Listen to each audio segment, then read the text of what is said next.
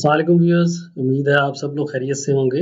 आज Canva course का हमारा दूसरा लेक्चर है, दूसरी वीडियो है। अपनी पहली वीडियो में मैंने आपको कैमरा का ओवरऑल इंटरफेस जो है उससे मुतारफ़ करवाया था। आज हम उसका जो डिज़ाइन मोड है उसके अंदर जो मेन्यूज़ अवेलेबल हैं, टॉप बार उसकी बात करेंगे। तो जब आपने को मैंने बेसिक कैनवा का इंट्रोडक्शन करवाया था तो उसमें टॉप बार ये वाली थी और ये साइड बार थी। इसके अंदर जो मेन्यूज़ अवेलेबल थे, जो ऑप्शंस अवेलेबल थी उन सब का ज़िक्र किया था। आज जब हम एक डिज़ाइन क्रिएट करने की कोशिश करेंगे और यहाँ से हम क्रिएट अ डिज़ाइन पे क्लिक करेंगे तो फिर आप देखेंगे कि ये वाली टॉप बार, इसका मेन्यू और ये साइड बार ये तब्दील हो जाते हैं। आज हम उनको देखेंगे। यहाँ क्रिएट अ डिज़ाइन पे क्लिक करें तो जिस टाइप का डिज़ाइन आपने करना हो उसके रेडीमेड फॉर्मेट अवेलेबल है, document, white board, video, thumbnail. तो मैं आपको सजेस्ट करूँगा कि आज हम यहाँ पे क्लिक करके एक कस्टम साइज़ जो है वो डिज़ाइन करने की कोशिश करेंगे। और उसके अलावा आप इंपोर्ट फाइल भी कर सकते हैं। ऑलरेडी कुछ काम किया हुआ हो, कुछ इमेज है उसको ला के उस पे भी काम किया जा सकता है। हम कस्टम साइज़ पे क्लिक करते हैं और यहाँ पे आप पिक्सेल्स में, इंचेस में या सेंटीमीटर्स में चूज़ कर सकते हैं। ये इसलिए ऑप्शन अवेलेबल है कि अगर आपका क्लाइंट जो है उसने आपको एक ख़ास साइज़ का मोनोग्राम बनाने का कहा है, लोगो बनाने का कहा है, तो आप यहाँ से प्रिसाइज़ साइज़ चूज़ करेंगे बजाय इसके कि रेडीमेड टेम्पलेट्स लें। तो लेट्स से उसकी विड्थ हम 1000 इंटू 1000 कर लेते हैं। तो ये हमारे पास एक कैनवस खुल गया है जिसकी डायमेंशन जो है वो 1000 इंटू 1000 पिक्सल्स है। ऊपर आप देखें यहाँ पे स्केल नज़र आ रही है और उस पे 0 से लेके 1000 तक पिक्सल्स नज़र आ रहे हैं। इसी तरह यहाँ लेफ्ट साइड पे भी पिक्सल्स नज़र आ रहे हैं।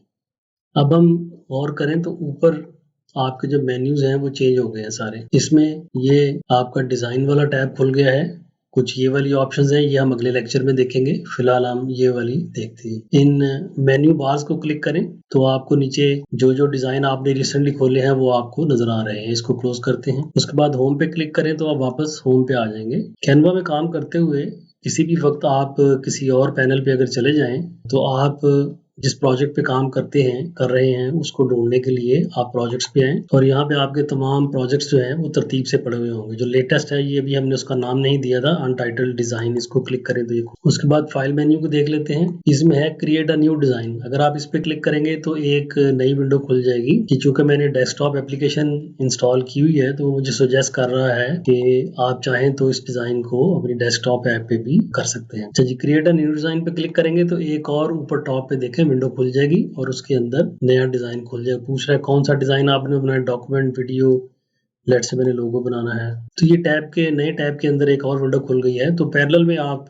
मल्टीपल डिज़ाइन पे काम कर सकते हैं। इसको हम क्लोज कर देते हैं और इस मेन्यू पे आते हैं दोबारा। इंपोर्ट फाइल्स, आप इस वाले डिज़ाइन के अंदर कुछ फाइलें अपलोड करना चाहते हैं, इमेजेस अपलोड करना चाहते हैं, वो यहाँ से कर सकते हैं। व्यू सेटिंग्स में आ जाएं।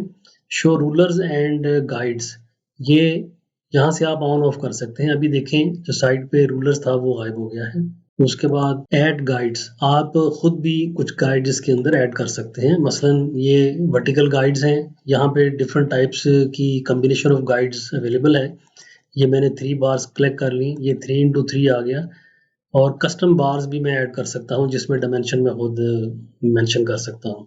इसका फ़ायदा और रिक्वायरमेंट ये होती है कि बाज़ दफ़ा क्लाइंट ने जो आपको डिज़ाइन बनाने को कहा है उसके अंदर स्पेसिफिक एलिमेंट्स जो हैं वो स्पेसिफिक जगह पे अपने डिज़ाइन के अंदर होने चाहिए। मिसाल के तौर पे अगर आप एक टी कप डिज़ाइन कर रहे हैं तो उसका हैंडल कहाँ पे होना चाहिए, उसका नीचे वाला पेंदा कहाँ पे होना चाहिए। तो इस तरह के जो गाइडलाइंस हैं वो आप अपनी मर्ज़ी के साथ डिफ़ाइन करके इंचेस में, मिलीमीटर्स में अपने कैनवस के ऊपर शो कर सकते हैं ताकि आपको डिज़ाइन बनाने में आसानी हो। तो ये मैंने किया तो ये वाली गाइड्स जो हैं ऐड हो गई। उसके बाद है क्लियर गाइड्स, ये करूँगा तो सारी गाइड्स गायब हो जाएंगी। लॉक गाइड्स यानी कि ये हिले ना, गाइड्स ना हिलें। अगर आप कैनवस को लेफ्ट राइट करें तो वो भी उसके साथ ही मूव करेंगी। शो मार्जिन्स, ये इस वक्त चूज़ हुआ है। ये वाली जो लाइन डॉटेड नज़र आ रही है ये मार्जिन है। तो आपको जो भी डिज़ाइन बनाना हो इस मार्जिन को छोड़ के इसके अंदर बनाना चाहिए ताकि प्रिंट करते हुए एक खूबसूरती उसके अंदर आए। उसके बाद शो प्रिंट ब्लीड, ये मैं शो करूँगा तो देखें ये एक बिल्कुल एज के साथ एक छोटा सा डॉटेड लाइन आ गई है और उसके बाद थोड़ी सी स्पेस एक्स्ट्रा है। इसको अगर आप गौर करें तो ये वाली जो लाइन है ब्लीड डिस्टेंस, ये आपके सिलेक्टेड स्केल से बाहर है, जबकि ये पहले वाला मार्जिन जो था वो 1000 पिक्सल के अंदर था। ये प्रिंट ब्लीड क्या होती है? जब आप देखो मोनोग्राम बनवाया है या बैनर बनवाया है, फॉर एग्जांपल यही 1000 पिक्सल इंटू 1000 पिक्सल, तो एक्चुअल इसका प्रिंटिंग साइज अगर आपने इंचेस में रखना है, मिसाल के तौर पे 6 इंच बाय 6 इंच, तो ये जब प्रिंट होने के लिए जाएगा तो छोटे से छोटे प्रिंटर पे भी पेपर नॉर्मली बड़ा होता है। अगर थाउजेंड्स में प्रिंट करना हो ये वाला ब्रोशर, तो बड़े प्रिंटर्स यूज किए जाते हैं जिनके ऊपर शीट का साइज 1 मीटर बाय 1 मीटर भी होता है। तो उसके ऊपर पहले जो डिजाइनर है वो मल्टीपल कॉपीज इसकी उसके ऊपर पेस्ट कर लेता है एक शीट के ऊपर। तो मिसाल के तौर पे 20 इंटू 20 करके, तो वो 200 के करीब 400 के करीब जो लोगोस होंगे एक ही शीट पे वो डिजाइनर इनको प्लेस कर देगा, और वो प्रिंट की कमांड देगा तो एक शीट पे ये 400 लोगोस प्रिंट होके बाहर आ जाएंगे।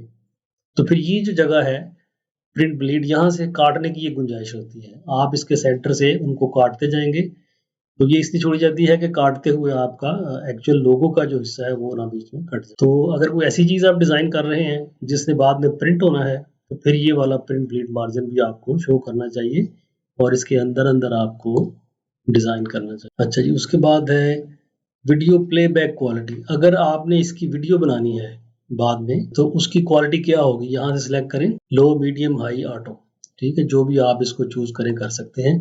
ये बाद में ऑप्शन में दिखाऊंगा कि वीडियो कब बनती है इसकी। अच्छा जी, उसके बाद व्यू सेटिंग्स में मजीद है चेक वीडियो प्लेबैक क्वालिटी हो गई, चेक डिजाइन एक्सेसिबिलिटी। तो ये अभी तो मैंने कुछ बनाया नहीं है, जब आपने फॉन्ट्स वगैरह यूज कर लिए हो, कोई छोटा फॉन्ट होगा कोई बड़ा होगा, तो ये उनको चेक करेगा क्रिटिकली कि वो सारा कुछ पढ़ा जा रहा है कि नहीं एक आम आदमी के लिए। तो वो उसकी टाइपोग्राफी चेक करेगा, कलर कंट्रास्ट अच्छा है कि नहीं, अगर खराब होगा तो वो आपको बताएगा, और ऑल्टरनेटिव टेक्स्ट के सजेस्ट करेंगे इसकी बजाय ये वाला फॉन्ट या टेक्स्ट यूज करो। ये उसका खुद ही यानी कि इंटरनली वो चेक करता है कि जो आपने डिजाइन बनाया है वो रीडेबल है फॉर ऑल पीपल। तो अभी चूंकि हमने इसमें कुछ लिखा वगैरह नहीं है तो इसलिए उसने सब चीजें ओके कर दी। बैक टू फाइल मेन्यू और व्यू सेटिंग्स हमारी मुकम्मल हो गई हैं। अब लैंग्वेज में आते हैं। ये जो इंटरफेस है हमारा, इसकी लैंग्वेज आप यहाँ से बदल सकते हैं। इंग्लिश यूनाइटेड स्टेट्स है, यही हम रहने देंगे। उसके बाद सेव है, ये ऑटोमेटिकली सेव करता रहता है। अगर आपने मैनुअली सेव करना हो तो यहाँ क्लिक करेंगे तो आपका प्रोजेक्ट सेव हो जाएगा। सेव टू फोल्डर, ये मैंने आपको पिछले इंटरफेस में बताया था, जो इंटरफेस का तारुफ था कि आप अपनी मर्जी के फोल्डर बना सकते हैं यहाँ पे और उसके अंदर सिस्टमेटिकली चीज़ें सेव कर सकते हैं। तो आप इस फाइल को अगर उस फोल्डर में डायरेक्ट सेव करना चाहें तो यहाँ से चूज कर सकते हैं। मेक अ कॉपी, इसी की एक एक्स्ट्रा कॉपी बना के उस पर काम करना चाहें। उसके बाद डाउनलोड की ऑप्शन है कि इसी आपका जो मुकम्मल जब हो जाए तो डाउनलोड करने के और भी तरीके हैं, बहरहाल यहाँ पे भी वो फाइल मेन्यू में भी अवेलेबल है। वर्जन हिस्ट्री, ये पेड फीचर है। इसमें होता है कि आप जब काम कर रहे हैं तो मुख्तलिफ स्टेजेस पे वो उसकी पिछली कॉपी सेव करता रहता है। अगर ये ना अवेलेबल जैसा कि हमारे केस में है, तो मैंने ये जब 1 घंटा काम करके या 2 दिन काम करके एक डिज़ाइन तैयार कर लिया है, तो उसके बाद मैं चाहूँ कि जो पहले 1 घंटे के में जो काम किया था वो मुझे मिल जाए दोबारा, तो वो नहीं मिलता। तो ये फीचर अगर ऑन हो, आपके पास अवेलेबल हो, तो फिर आप उसकी मुख्तलिफ वर्जन्स सेव करते रहते हैं और उनको रिट्रीव भी कर सकते हैं। व्यू ऑल कमेंट्स, अच्छा, इसको आप अगर टीम के साथ काम कर रहे हो तो आप इसको शेयर कर सकते हैं टीम मेंबर्स के साथ और उनके कमेंट्स जो हैं वो यहाँ पे आपको नजर आ जाए। फाइंड एंड रिप्लेस टेक्स्ट, अगर ये टेक्स्ट डॉक्यूमेंट हो और लंबा डॉक्यूमेंट हो, उसमें काफी सारा टेक्स्ट है, तो जिस तरह वर्ड डॉक्यूमेंट्स में होता है आप कोई टेक्स्ट या वर्ड ढूंढ सकते हैं। ओपन इन डेस्कटॉप ऐप, आप इसकी डेस्कटॉप ऐप भी डाउनलोड कर सकते हैं, वो थोड़ी देर के बाद मैं आपको बताऊंगा कहाँ से करनी है। तो फिर इन दैट केस इसी डॉक्यूमेंट को आप कंटिन्यू कर सकते हैं काम करना डेस्कटॉप वर्जन में। उसका फ़ायदा ये होता है कि कभी लाइट नहीं है या आपका इंटरनेट नहीं आ रहा, तो आप अपना काम डेस्कटॉप वर्जन पे करते रहते हैं। जो ही इंटरनेट आएगा तो वो सिंक कर जाएगा आपकी वेब बेस्ड वर्जन के साथ। चलिए, हमारा मुकम्मल हो गया फाइल का मेन्यू। उसके बाद है रीसाइज एंड मैजिक स्विच। आपने एक मोनोग्राम या लोगो डिज़ाइन कर लिया तो आपका जो क्लाइंट है वो आपको कहेगा कि इसकी एक कॉपी इंस्टाग्राम के लिए चाहिए, एक यूट्यूब के लिए चाहिए, एक आपको टिकटॉक के लिए चाहिए। तो उनकी ज़ाहिर है डिफरेंट डायमेंशंस होती हैं। ये पेड फीचर है अगरचे, लेकिन इसके अंदर आप उस डॉक्यूमेंट को रीसाइज कर सकते हैं according to different social media platforms. ये एक बहुत ज़बरदस्त फीचर है और अगर आप कंपनी चला रहे हैं तो फिर आपको ये ज़रूर पेड वर्जन ख़रीद लेनी चाहिए। तो इसमें आप एक ही दफ़ा बनाएंगे डिज़ाइन और उसकी साइजेस और डायमेंशन जो हैं वो ऑटोमेटिकली ये चेंज कर देगा। ये देखें सारे साइजेस अवेलेबल हैं, सोशल मीडिया के मशहूर प्लेटफॉर्म्स हैं, उसके अलावा आप कस्टम साइज़ भी चूज़ कर सकते हैं।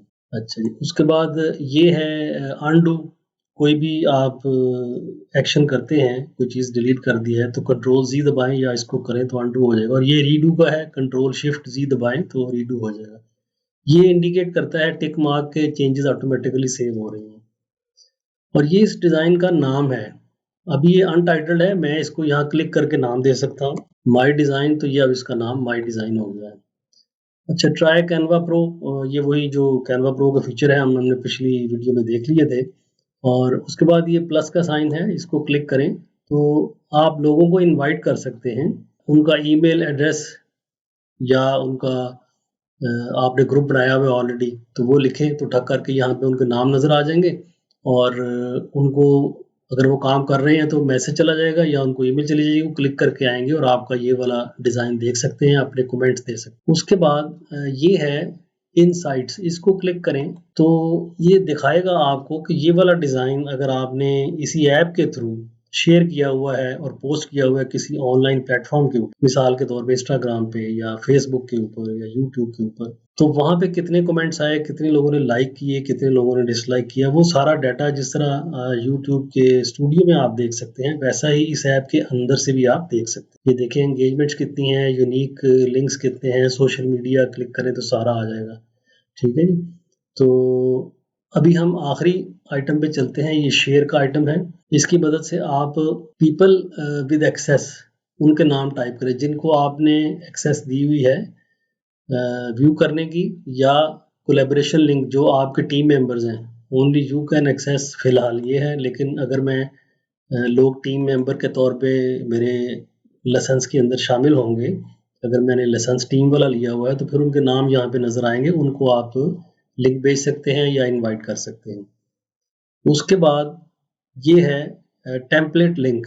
ये टेम्पलेट जिस पे मैं काम कर रहा हूँ, अगर ये मैं किसी और टीम मेंबर को भेजना चाहूँ, रिकमेंड करना चाहूँ, तो उसकी ये लिंक कॉपी हो जाएगा और उसको आप भेज दें व्हाट्सएप पे जैसे मर्जी भेजना चाहें। प्रेजेंट, ये जो आपने डिज़ाइन मुकम्मल कर लिया है, एक उसकी एक पेज है या हो सकता है 4-5 पेजेस हो, तो आपका क्लाइंट जब देखने के लिए आएगा आपके पास तो एक कॉन्फ्रेंस रूम में आप उसको मल्टीमीडिया के ऊपर प्रेजेंट कर सकते हैं, बिल्कुल वैसे ही जैसे पावर पॉइंट के अंदर आप प्रेजेंट करते हैं। अभी मैं आपको क्लिक करके दिखाता हूँ, जब आप इसको क्लिक करते हैं तो वो सारी सेटिंग खुल जाती हैं। फुल स्क्रीन आपने करना है, प्रेजेंटर व्यू, ये भी पावर पॉइंट का एक फीचर है, आपको पता होगा कि लैपटॉप के ऊपर जो प्रेजेंटर को नजर आता है वो व्यू डिफरेंट होता है और जो मल्टीमीडिया के ऊपर ऑडियंस को नजर आता है वो डिफरेंट होता है। प्रेजेंट एंड रिकॉर्ड, आप जो कुछ प्रेजेंट कर रहे हैं सबूत के तौर पे उसकी ये वीडियो भी बना लेगा। तो मकसद ये है कि इस डिज़ाइन को पावर पॉइंट में ले जाए बगैर यहीं से आप एक प्रेजेंटेशन की फॉर्म में रन कर सकते हैं, अगर उसकी 8-10 स्लाइड्स हैं, और उसी को फिर रिकॉर्ड भी कर सकते हैं। जब रिकॉर्ड होगा तो आवाज़ वगैरह भी साथ रिकॉर्ड हो जाएगी, जो किसी ने कमेंट दिया आपके क्लाइंट ने,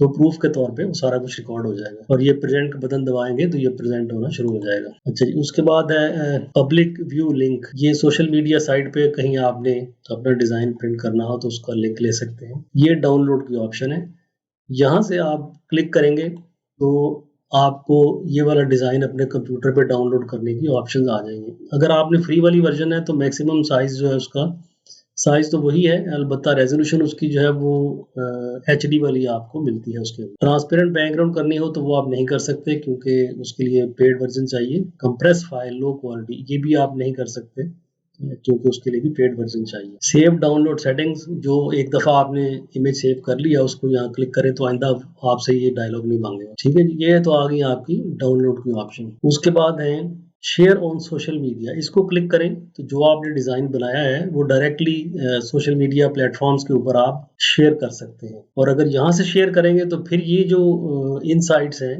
ये जो ग्राफ बना हुआ है, इसको क्लिक करेंगे तो वो उसकी प्रोग्रेस भी आपको बताएगा। उसके अलावा मोर पे क्लिक करें तो ये और काफ़ी सारी ऑप्शंस हैं उन प्लेटफॉर्म्स की, जितने भी दुनिया में हैं इनमें से कई के आपने नाम ही नहीं सुने होंगे, तो इन सब के ऊपर आप पोस्ट कर सकते हैं और उसके लिए आपको उसका यूजर नेम और पासवर्ड यहाँ पे प्रोवाइड करना पड़ता है। तो व्यूअर्स ये थी आज की वीडियो जिसमें हमने एडिटर का टॉप पैनल और उसके सारे मेन्यूज देखे हैं। अगली वीडियो में इंशाल्लाह हम ये साइड पैनल देखेंगे। इस पैनल को हम इस्तेमाल करते हैं जब आप एक्चुअली एडिटिंग शुरू करते हैं। टिल नेक्स्ट वीडियो, अल्लाह हाफिज।